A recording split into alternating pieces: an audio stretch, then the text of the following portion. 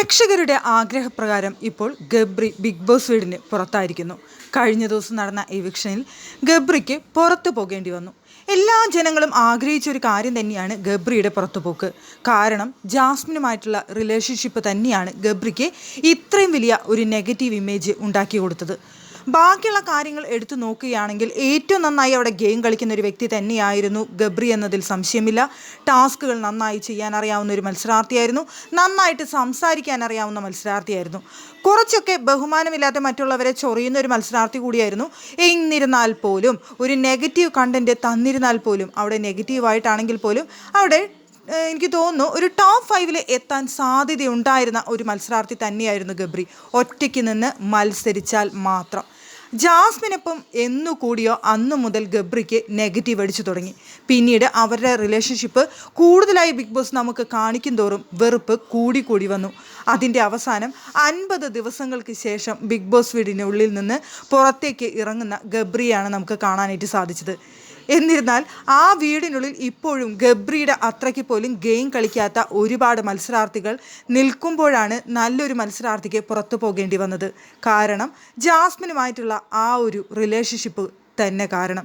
എന്നിരുന്നാൽ പോലും പുറത്തിറങ്ങിയ ഗബ്രി ഇതുവരെ ജാസ്മിനെ തള്ളി പറഞ്ഞിട്ടില്ല എന്നുള്ളത് എല്ലാ പ്രേക്ഷകരെയും അത്ഭുതപ്പെടുത്തുകയാണ്.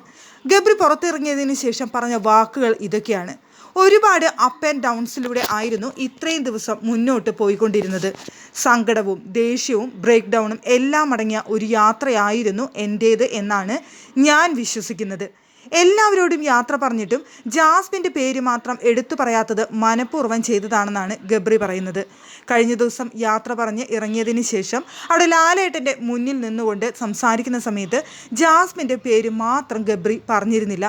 ജാസ്മിൻ അവിടെ നിന്ന് റസ്മിനോട് ചോദിക്കുന്നുണ്ടായിരുന്നു, എന്താടി അവൻ എൻ്റെ പേര് മാത്രം പറയാത്തതെന്ന്. അതിനെക്കുറിച്ച് പിന്നീട് ഗബ്രി മനസ്സ് തുറന്നതാണ്. വീടിനകത്ത് നിന്ന്, അതായത് ആക്ടിവിറ്റി ഏരിയയിൽ വെച്ച് ജാസ്മിനോട് യാത്ര പറഞ്ഞതാണ്.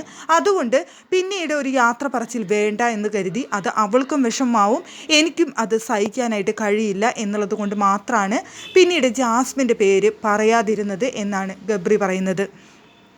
പിന്നെ എല്ലാവരെയും കെട്ടിപ്പിടിച്ച് ബൈ പറയണമെന്നുണ്ടായിരുന്നു. പക്ഷേ ആക്ടിവിറ്റി ഏരിയയിൽ നിന്ന് പുറത്തു വന്നതുകൊണ്ട് അതിന് സാധിച്ചില്ല. ഷോയിലേക്ക് വരുന്നതിന് വേണ്ടിയുള്ള അഭിമുഖത്തിൽ ആളുകൾ എന്നോട് പറഞ്ഞിരുന്നു, എൻ്റെ സ്വഭാവം വെച്ചിട്ട് ആളുകൾ ഇങ്ങോട്ട് വഴക്കുണ്ടാക്കുമെന്ന്. എന്നാൽ ആളുകൾ അങ്ങനെ വന്നാലല്ലേ നമുക്ക് നമ്മുടെ സ്ട്രെങ്ത്തും ഗെയിമും എക്സ്പീരിയൻസ് ചെയ്യാൻ സാധിക്കൂ എന്നാണ് ഞാൻ അന്ന് പറഞ്ഞത്. വിമർശനങ്ങൾ വരുന്നത് ഞാൻ ആസ്വദിച്ചിരുന്നു. ആദ്യമൊക്കെ വിമർശനങ്ങൾ വേദനിപ്പിച്ചെങ്കിലും പിന്നെ 24 മണിക്കൂറുകൾ മാത്രമായി ആ വേദന ഒരാളുമായും സൗഹൃദവും ഡീപ്പ് കണക്ഷനും ഉണ്ടാകില്ലെന്ന് വിചാരിച്ചിട്ടാണ് ഇതിലേക്ക് എത്തിയത്. എന്നാൽ ഇത്രയും അടുക്കുമെന്ന് ഞാൻ കരുതിയില്ല ജാസ്മിനുമായിട്ട്. ബിഗ് ബോസ് വീടിനുള്ളിൽ വന്ന് സംസാരിച്ചതിന് ശേഷം വെറും 24 മണിക്കൂറിനുള്ളിലാണ് ജാസ്മിനുമായി സൗഹൃദത്തിലായതെന്നാണ് ഗബ്രി പറയുന്നത്. അവളുടെ കാര്യത്തിൽ എനിക്കൊരു കുറ്റബോധമോ റിഗ്രറ്റോ ഇതുവരെ ഉണ്ടായിട്ടില്ല. ജാസ്മിനൊപ്പം കൈപിടിച്ചിരിക്കുമ്പോൾ കിട്ടുന്നൊരു ബലം പറഞ്ഞറിയിക്കാൻ പറ്റാത്തതാണ്. മറ്റുള്ളവർ അതെങ്ങനെ കാണുന്നു എന്നത് ഞാൻ നോക്കിയിട്ടില്ല, അത് അറിയാനും താല്പര്യമില്ല. ഞങ്ങളുടെ ബന്ധം ഗെയിമിനെ ബാധിച്ചിട്ടില്ല എന്നാണ് ഗബ്രി പറയുന്നത്. ജാസ്മിനെ എതിർക്കേണ്ട സ്ഥലത്ത് എതിർത്തിട്ടുണ്ട്. എന്നെ ആ ബന്ധം ശക്തമാക്കിയിട്ടേ ഉള്ളൂ, അത് തളർത്തിയിട്ടില്ല. ഞങ്ങളെ തകർക്കാൻ ആർക്കും പറ്റുമെന്നും തോന്നുന്നില്ല. ജാസ്മിൻ നല്ല സ്ട്രോങ് പ്ലെയറാണ്. ഇനി ഫയർ കാട്ടുതീയായിരിക്കും ജാസ്മിൻ. ഞങ്ങൾ ഇതുവരെ ഒരുമിച്ചായിരുന്നു. ഞങ്ങളുടെ ഇഷ്ടമുള്ള ആളിൻ്റെ അടുത്തു നിന്നും മാറി നടക്കാൻ കഴിയാത്ത ഒരു അവസ്ഥയിലായിരുന്നു. എന്തായാലും ജാസ്മിനും ഗബ്രിയും തമ്മിലുള്ള ആ ബന്ധത്തിൽ എനിക്ക് കൃത്യമായ ക്ലാരിറ്റി ഉണ്ട് എന്നാണ് ഗബ്രി പറയുന്നത്. ജാസ്മിൻ്റെ മനസ്സിലും അങ്ങനെ ഉണ്ട്. പക്ഷേ ആ വീട്ടിലുള്ളവരെ അറിയിക്കാൻ എനിക്ക് താല്പര്യമുണ്ടായിരുന്നില്ല. ഞങ്ങളുടെ സംസാരത്തിൽ നിന്നും പ്രേക്ഷകർക്ക് അത് മനസ്സിലായി കാണുമെന്നാണ് ഞാൻ വിശ്വസിക്കുന്നത്. ഞങ്ങളുടെ ബന്ധം ആർക്കും തകർക്കാൻ പറ്റില്ല എന്നുമാണ് ഗബ്രി പറഞ്ഞത്. എന്തായാലും ലാസ്റ്റ് പുറത്തിറങ്ങിയിട്ടും ഇത്രയും നെഗറ്റീവാണെന്നറിഞ്ഞിട്ടും ജാസ്മിനെ തള്ളി പറയാതെ ഇപ്പോഴും ജാസ്മിൻ ചേർത്ത് നിർത്തുന്ന ഗബ്രിയാണ് നമുക്ക് കാണാനായിട്ട് സാധിച്ചത്. അതെന്തുകൊണ്ടാണ് എന്ന് നമുക്കറിയില്ല. എന്തായാലും ഗബ്രി ഗെയിമിൻ്റെ ഭാഗമായിട്ടാണോ അതോ ഇനിയും ജാസ്മിൻ അവിടെ 100 ദിവസം പിടിച്ചു നിൽക്കാനുണ്ട്, അതായത് ഇനിയും 10-60 ദിവസത്തോളമേ ആയിട്ടുള്ളൂ, ഇനിയുമുണ്ട് ദിവസങ്ങൾ. അതുവരെ ജാസ്മിനെ തള്ളി പറയാതെ അവിടെ പിടിച്ചു നിർത്താൻ വേണ്ടിയിട്ടുള്ള ശ്രമമാണോ എന്നും നമുക്കറിയില്ല.